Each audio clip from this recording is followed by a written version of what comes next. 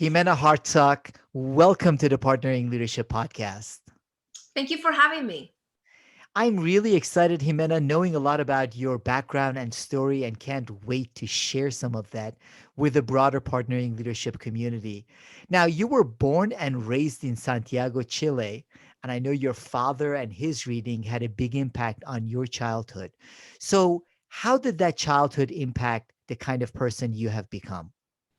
Thank you for the question. See, my father was indigenous. He had, mother and father were Mapuche. In Chile, in the Mapuche tribe ethnicity is the primary one, and he was born in a sort of type of reservation in the south of Chile, and so he met my mother, and they have like a very interesting love story because my mom had been in a boarding school and he wanted to be a nun, and they both of them they marry and they ran away to Santiago. In a way, it wasn't like 100% run away. They wanted to also look for opportunities, but yeah, I mean, their marriage wasn't anything that the two families were looking for. And so I think that the spirit of immigration came a little bit from them.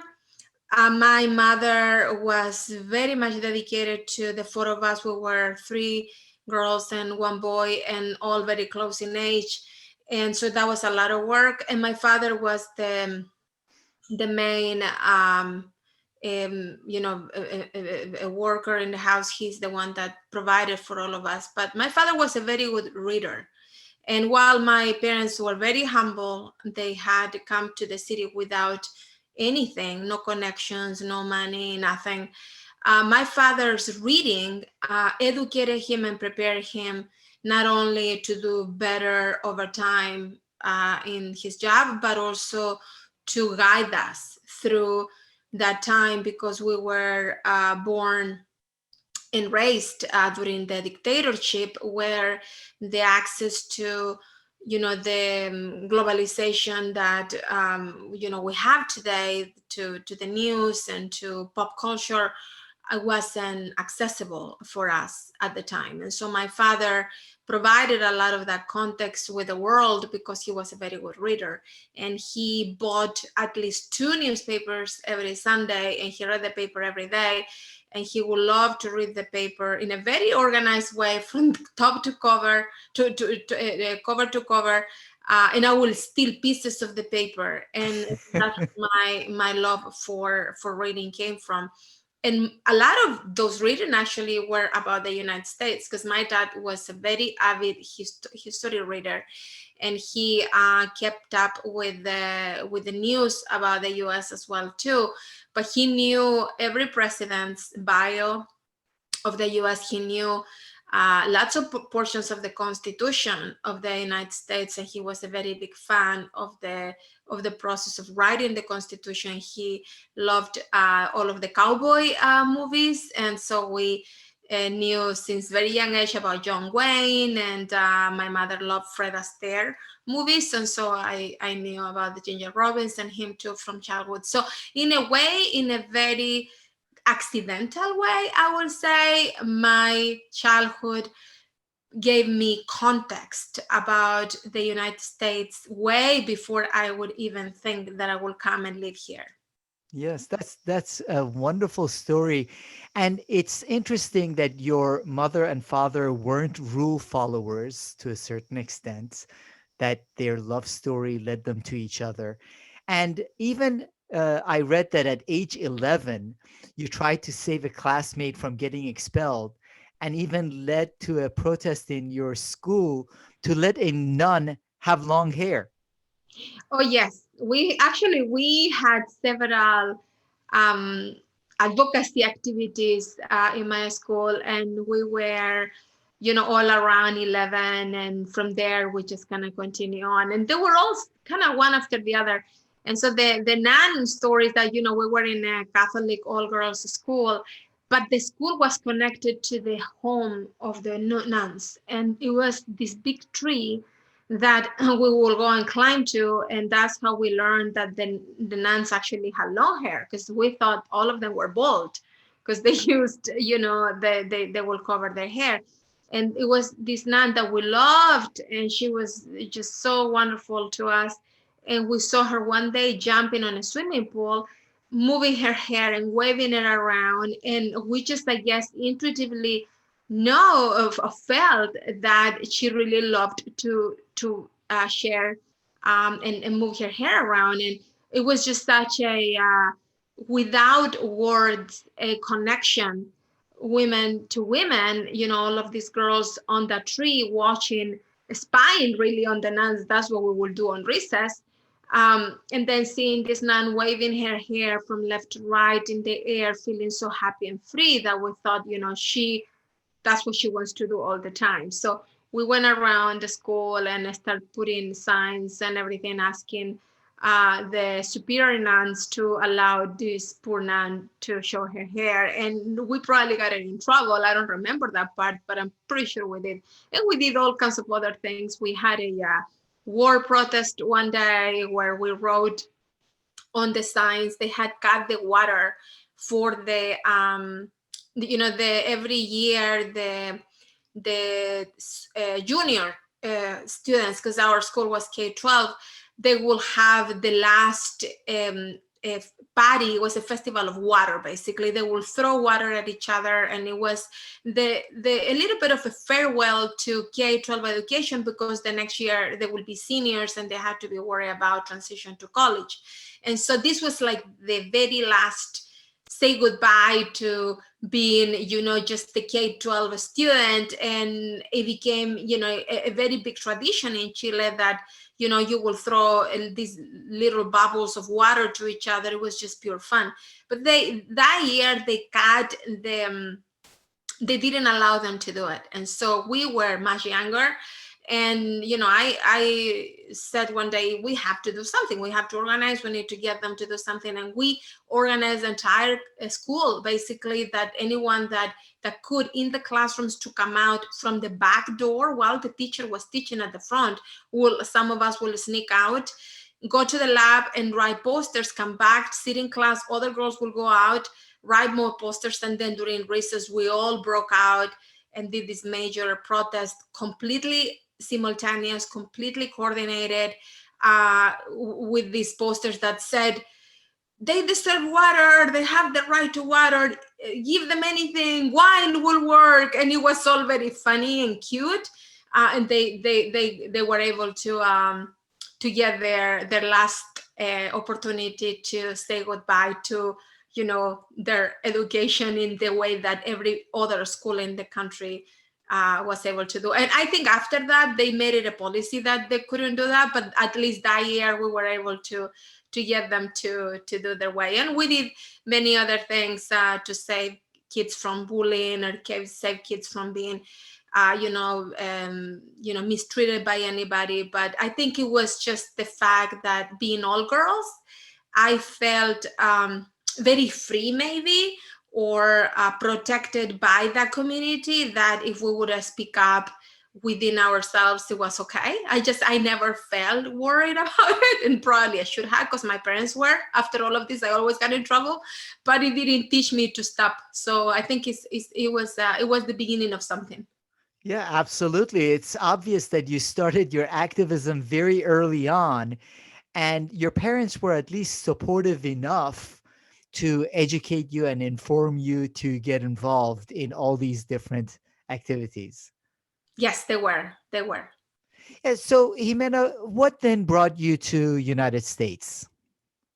So I was raised in a country that didn't really have at the time a lot of a culture of not only innovation but also freedom to work more than the 9 to 5 job.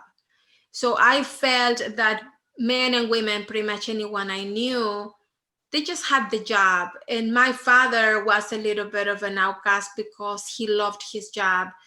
And I wanted that. I wanted to have a job that I would feel very passionate about it. So I went to college and I studied philosophy and Spanish literature. And when I graduated, before I graduated, you do a lot of practicums and I did a practicum, and really that only that career only allows you to teach in the classroom. So I I did this practicum, several practicums, to teaching in the classroom, which I liked a lot. I love the kids and I love the education portion of it.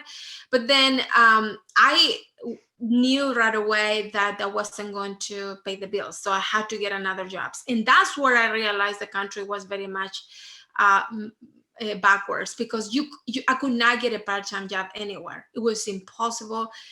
Every time I was at some in my last year of college, I was teaching for 6 months, because in Chile your last year is almost just all internships.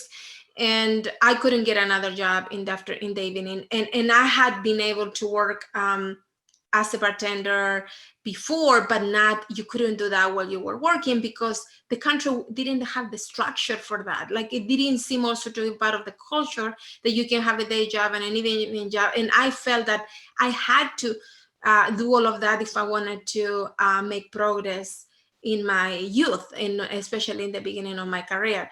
So I felt really disillusioned by the workforce too. I didn't find very stimulating anyone that I was talking to, like even my friends. It was all very much status quo and very complacent. And so I started right away looking for opportunities to go abroad. And I started with Spain. I applied to the University of Salamanca, and I just couldn't put scholarships together. All studying in Spain is very expensive, and those memories of the U.S. from all the movies that I have seen during the childhood came to mind. And I told my dad, how about I go to the U.S.? Will you let me go to the U.S.? And he said, yes, go. So I went to the embassy, lined up for hours, because it was they had only one person processing visas at the time, I remember. So I lined up. I was up for like 2-3 hours between all of the lines that you have to do, and I got a visa. I was very happy, because at the time, to get a visa you had to prove a lot of things. And I came to the US, and that was that. But I came really looking for a place where I could unleash a lot of that desire to do more things. It wasn't specifically about just having more better jobs and make more money. It was also about doing more things. I felt a little bit trapped in the culture that I was in Chile. I didn't feel that people had a lot of drive, and probably I was not hanging out with the right people. I'm sure there are plenty of Chileans that do have that drive, but at the time I didn't see that. And that was the main reason why I came, because I aspire to be in the culture of the US that I perceived as one with drive and motivation to do more. In that statement, Jimena, and in that part of your story, you capture the most beautiful part of one of the strengths of this country, where immigrants that want to contribute more, want to do more, want to be more, come to the US to pursue those ambitions and also contribute to the community. So that is absolutely beautiful. Now, how was your initial transition here in the US? How did that work out for you? So I didn't have any friends or family or money. I came with $500, which I thought at the time it was so much money. And then I realized really quickly that it was really not a lot, especially because I spent a lot of those in donuts. And but the I remember I had been raised Catholic, and so I knew about Georgetown University. I took a bus to Georgetown, and I remember walking into the campus, and you have the library on the left, and then you have all the pathways and seeing all the students. And I remember crying. I cried of emotion that I was there, and I knew when I walked, and I wasn't a student. I just went in just to check it out like a tourist. But that was one of the very first destinations I had, and I remember thinking, wow, this was a great decision, because it felt so right to be here. When I walked through, all of the numbers of young students walking in the campus, and I just felt really happy and emotional there. And my transition, I think it was great because I was so thankful to be here. And yeah, when I look back, I didn't really have anything. I came in March, I think, or April. I remember the weather being not so great, and I was coming from the summer in Chile, so I wasn't very adjusted clothes wise. I probably brought some clothes. I never been in an environment with snow, so I did have to transition. I probably got a big bad cold in the in the beginning, but I did all of those jobs. I started looking for jobs where I could support myself. So I did all of those jobs that immigrants have sometimes when they come here, and in my case I had to have because I didn't have anything else. And so I worked as a nanny, I was a housekeeper, I was also did bartending. I remember I bought the newspaper for it was a Hispanic newspaper, and that is said they had on the jobs portion it was all in Spanish, so I could read it, and they were looking. They had some ads, but I couldn't really see necessarily what jobs were available. But I looked at the restaurant section, and in the restaurant section I noticed that most of the restaurants were all in the same street. So I took a bus one day and I went, this is in Columbia Pike in Arlington, Virginia, and I went from top to top of that street, knocking restaurant doors. And I got lucky because one of those restaurants, it was called Cecilia's at the time. They gave me a job and I worked there. So yeah, I did all of those jobs, and then I at the same time I was taking English classes. I eventually did register in Georgetown for English first, and then I got my credentials for teaching certificates here in the US. So I became a teacher later on after coming here. Yeah, fabulous. So the $500 evaporated in donuts. You found yourself working really hard to pursue education. And at the same time that you were working all these different jobs from nanny to the restaurants, you already had your education and you were pursuing more education. And then you eventually end up becoming a school principal. Yes. Yes, so I, started a career in education from the very, very bottom. And I was the eighth of the classroom teacher. And then I was the eighth of the teacher. And then I started teaching and doing also project coordination of a federal grant in mathematics. And in that program is where I met different I had the opportunity to work in several schools, and in one of those schools, Harriet Tubman Elementary School in Washington DC, this was actually a elementary and middle school. The principal was becoming the assistant superintendent of the region, and she have met me working in that program, and she said, I would love to have you apply for the assistant principalship here. So I applied and I got the job. And then when I was doing that job as a assistant principal, I finished 1 year, and they asked me to apply to be the principal of another school. So I became the principal of this other school. And during that work is where I met the mayor of the city, because at the time he was a city council member. And we had worked very, very hard in this school to increase the proficiency in mathematics and in reading that the school had been suffering for quite a bit.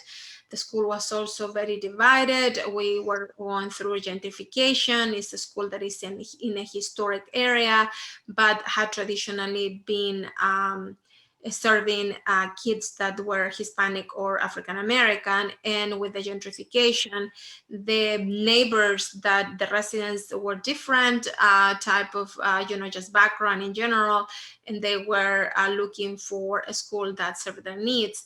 And so I had to come in to work with the community to reconcile all the differences and build a school that would work work for everybody, and they will still be inclusive and still serve poor kids. And that's very difficult, because it's very difficult to get everyone to agree that all gonna be okay, living and coexisting with each other, especially if in the mix you have kids that are poor, and often of color, or kids that are from same gender parents. And we had all of that in our school.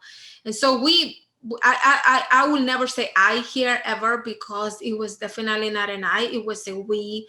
Together we improved the standardized testing, about 20 percentage points every for both reading and math. And the city council member at the time, Adrian Fenty, when it came to the school, and because we were all celebrating, we had a festival about it, and the city was really excited about the progress of the school. And that's how I met him, when he was a city council member, and eventually, he became the mayor, and that's where the story changes a little bit. Yeah, and obviously you had different positions, and with more and more success, eventually the mayor wanted you to serve, appointed you to serve as district's Department of Parks and Recreation director. And it broke my heart as a father of two girls to read the quotes of one of the individuals. At that point, Marion Barry was serving on the council. He was no longer the mayor. That he opposed your nomination, and I quote, said, "Women don't care about sports as much as men do." Yes. So when the city council member Fenty became the mayor, he wanted to improve the city in many areas. One of them was education. So he um, did an education reform, a very famous one with Michelle Rhee. I became assistant superintendent of schools under Michelle Rhee. And when I was doing that job is when the mayor asked me to join the cabinet and become the director of Parks and Rec. And the vision that he had for the city is one where kids were safe and protected from 8 to 3 p.m. during the school day, and then they had a place to go to be safe and protected in the afternoon and during the weekends. And so his vision for the Department of Parks and Recreation was a lot more than the traditional, we have a rec center, you can come if you want, to we have a very rich set of offerings and solid constructions and new parks and better turf fields and everything, because we want the kids to want to be there. And so that's why he asked me, and he selected someone with a career in education. By then I have been a teacher, assistant principal, principal, assistant superintendent of schools. I have been part of major initiatives. And so he wanted to bring some of the same set of skills to the Department of Parks and Rec. He was trying something a little bit new. And I did that job with so much passion. And I brought in, some of the best and brightest in the city, that many of them followed me from schools, to try to improve the services that at the time were very much, just very, very bad.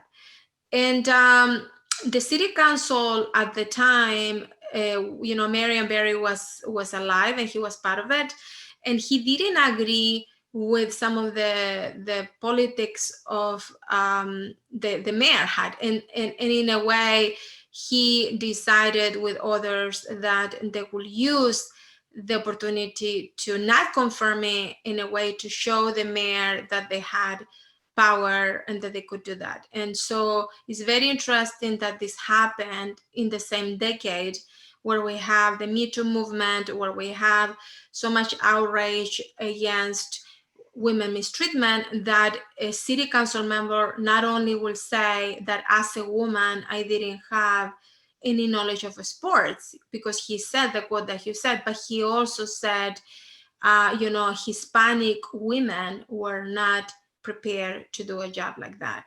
It's unfortunate, it's a good thing that he's has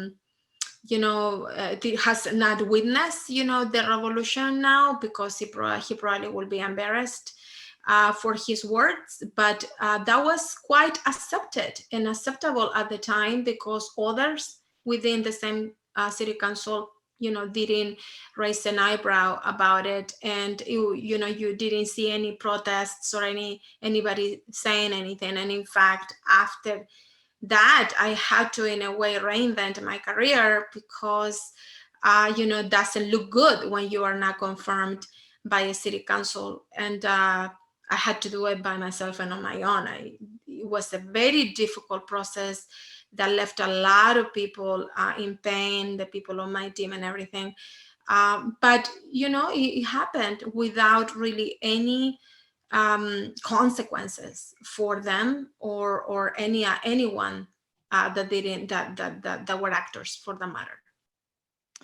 Yeah, it's obviously a hard thing to go through, and I am glad that you referenced the timing of it. This is not early 1900s we're talking about. Obviously, you're a young woman yourself. This is pretty recent in terms of the way you were treated in this.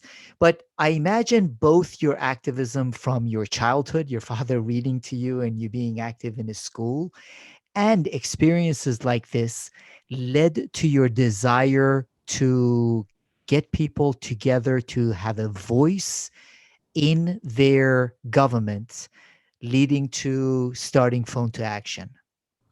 It's interesting, the question that you asked me about what happened with the situation with the city council, because every time people ask me about Phone to Action, I always talk about Phone to Action being the product of my last job, where I was an education advocacy organizer, and I will travel from time to from state to state, organizing parents and teachers to talk to their lawmakers about education reform.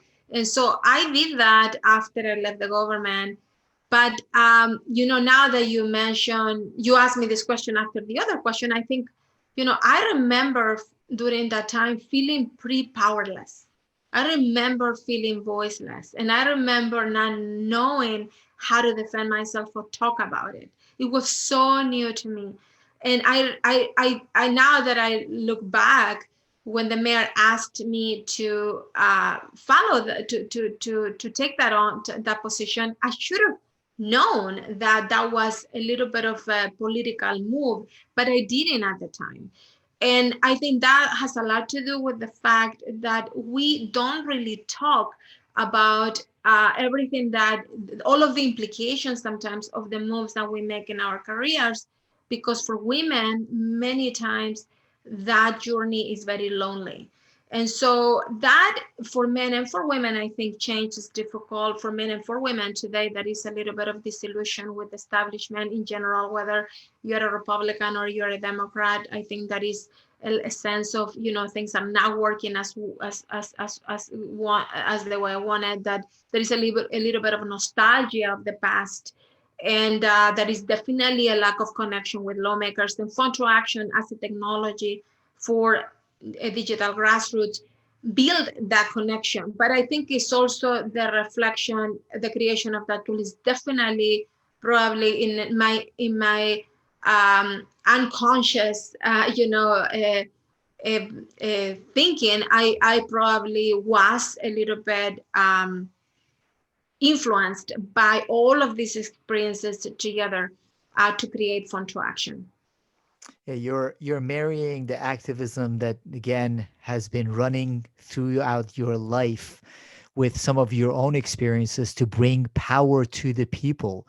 So you start co-found Phone to Action. It's been growing really fast, doing really well. Where do you see the trajectory and the impact of this business that you have started? When I had the idea of Phone to Action was, late 2011, 2012. The adoption of smartphones was much, much lower than is now, especially for minorities.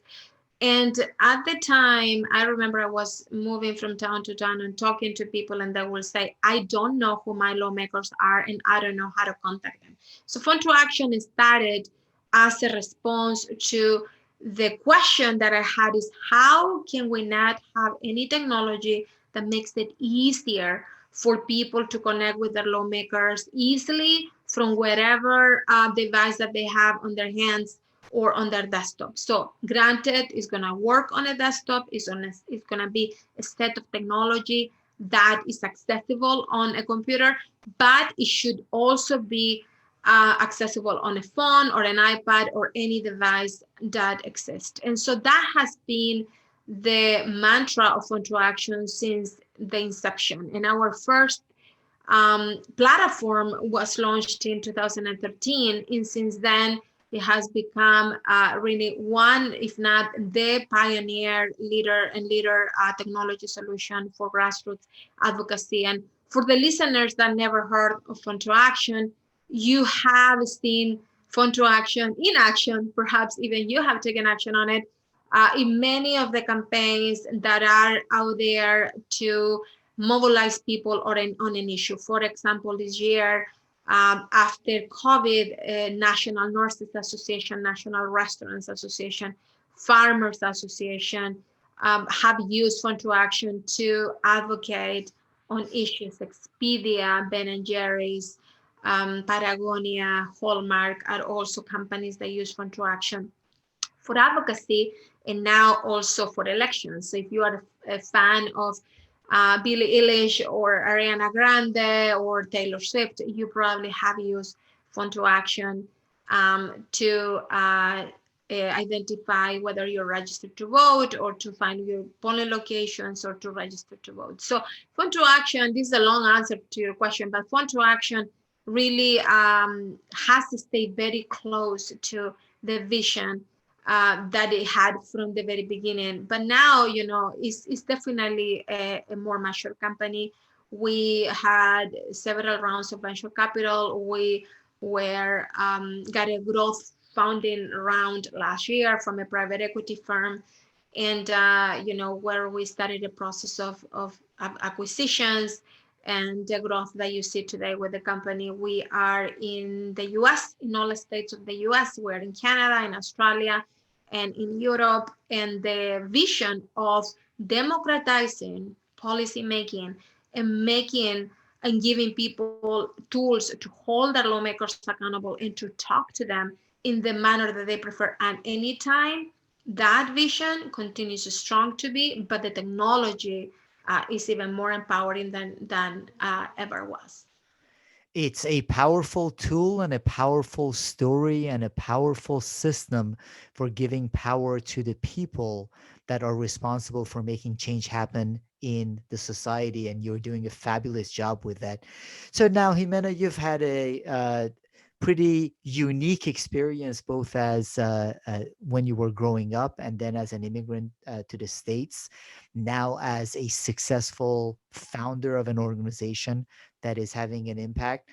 If you were to give advice to your younger self with respect to how to approach the future to become as successful as you've become, what advice would you give to your younger self? So I never made a plan. I always, I think life took me with life, and I never, you know, said I want to do this. And I think because of that, my instincts were always very ready to go, and they got sharper over time because I continue to make decisions based on those instincts. And while I made mistakes like the one I referred earlier, being a little bit naive when I took a political job, not knowing it was a political job, I did make mistakes like that. I think that I'd rather have gone that way and follow my instincts than not, because then today I wouldn't have the intuition and the guts that I have that makes everything so much easier. So the advice that I will give to me as a younger self, it probably would be to look a little bit for more fun in the picture. I think I did have had my set of fun, but I did work a tremendous amount of hours. And I, 14 to 16 hours a day for years is sometimes unsustainable. And today I realized that I could have done it with less, and I could have spent a little bit more time in other things, and maybe spending more time with my father before he passed away. I remember when he passed away, I was so close to him, and it was crushing for me that I didn't stay with him his last month of life. And I didn't because I was always so, my work ethics were a little bit to the extreme, and I came back to the US after seeing him sick in January, and then my dad passed away in February. And I wish I would have stayed with him and spent all of those weeks with him. It would have been nothing. It would have make no harm to anyone. It didn't really, me being here for those 4 weeks didn't make a difference in my job in a dramatic way. And I could have done that, and I didn't. So I think the advice it is, just family always is always first. It can always be, it has to be always be first. And job is gonna be there tomorrow, and being smart about the hours. I don't talk about balance because that, I don't think that's a good word for it, because I think everyone's schedule is different, and people have to make the best of it. And everything in my life, in my opinion, is also blurry, all the lines blurred. But I do think that you do want to think about regrets, and try not to have regrets. And I do have that regret about my father, and I hope not to have it again with anyone I love. Yeah, absolutely. And Jimena, now I know your child is a little too young for you to have seen Coco, but the movie is about the Mexican Day of the Dead. And one of the most magnificent parts of it is that as long as people are remembered, they stay in this other universe. They are totally lost when they are forgotten. And one of the most beautiful things in your story is that the impact that your father, his reading, his sharing insights with you from early on had on you, retelling that story to a certain extent keeps him and his memory alive, which is wonderful to see and hear because he is represented, therefore, in you and through you. Now, Thank you. one final thought. I was wondering if there are any leadership resources that you find yourself recommending to others and say, this might be a good thing for you to think about as you look to improve your own leadership and leading your organizations. Yeah, so leadership to me is an act of love, in a big way. And I think the more you give to other people, and I'm not trying to be, self promoter here or cheesy, just generally, I think the more giving we do, the better leaders we become, and our sphere of influence becomes wider. And so memberships to any communities where there are voluntary opportunities, those are very important. I'm a member of the Washington Economic Club, where I try to participate in the scholars efforts. I am also a member of the Consumer Technology Association that has several efforts for entrepreneurs and for people in need, especially people of color. I am very close to a lot of people. So a lot of those my friends that were waitresses and house cleaners 20 years ago, they're still my friends. And so that is an opportunity for me also to help. And that's a lot that I learned from them as well. In terms of resources, there are 3 books that I can think of. The first one is actually a book in education. It's called Schools That Learn. And it was written by Peter Senge, which is, the MIT professor that wrote The Fifth Discipline. And this book is not a book about education. This is a book about leadership, because it talks about the 5 principles of leadership and, mental models, personal mastery, etc. But it's a very good progression on how to achieve all of those. And just to for very quickly, personal mastery. Why personal mastery is important for leadership? Because through personal mastery, you learn about yourself. So you can help others if you don't know your own weaknesses. So you can check yourself when you are making a mistake. You can check yourself, and that is so extremely important. And mental models, so you know the assumptions that we make about people, learning how to fight those are important. So we have an open eye. Because we're people of color. I'm a person of color, but that doesn't mean that I'm not gonna have bias.